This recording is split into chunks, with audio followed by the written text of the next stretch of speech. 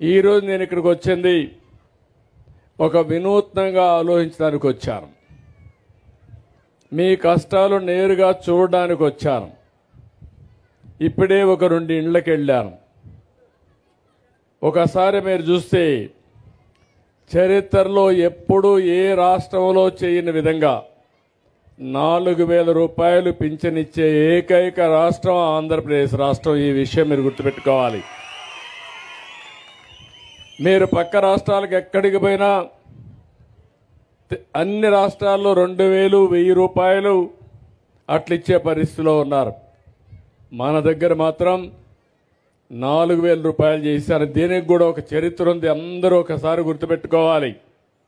మొట్టమొదటిసారిగా మన ప్రియతమ నాయకుడు నందమూరి తారక రామారావు గారు 30 రూపాయలతో ప్రారంభించారు 85, 86లో. నేను వస్తానే దాన్ని 75 రూపాయలు చేశాను 96, 97లో. మళ్ళీ 2014కి వస్తే అది 200 ఉండేది. 200 నుంచి 2,000 రూపాయలు చేసిన ఘనత తెలుగుదేశం పార్టీది 5 సంవత్సరాల్లో.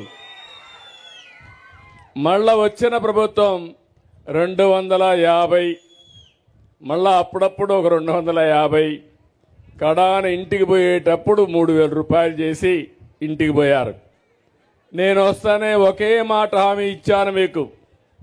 మీ అందరికీ 3,000, 4,000 చేస్తాను. వికలాంగులది 3,000, 6,000 రూపాయలు చేస్తాను.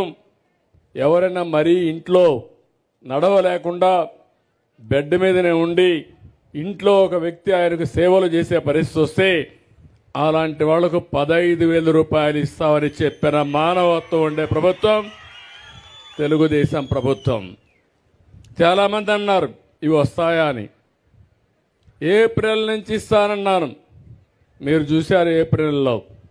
నేను జూన్లో వచ్చాను. ఏప్రిల్ నుంచి వడ్డీతో సహా మొత్తం 3 నెలలు కలిపి ఒకేసారి 7,000 రూపాయలు పింఛనిచ్చిన పార్టీ తెలుగుదేశం పార్టీ.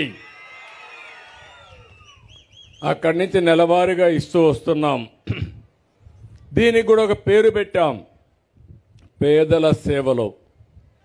రాజకీయ నాయకులందరూ కూడా అధికార యంత్రాంగం మొత్తం మొదటి తారీఖు వస్తే నేరుగా మీ ఇంటికి రావాలి, మీ దర్శనం చేసుకోవాలి, మీకు పింఛనిచ్చి మీ కష్టాలు నష్టాలు నేరుగా చూసి మీకు అండగా ఉంటామని భరోసా ఇవ్వడం కోసమే ఈ కార్యక్రమాన్ని తీసుకొచ్చాను.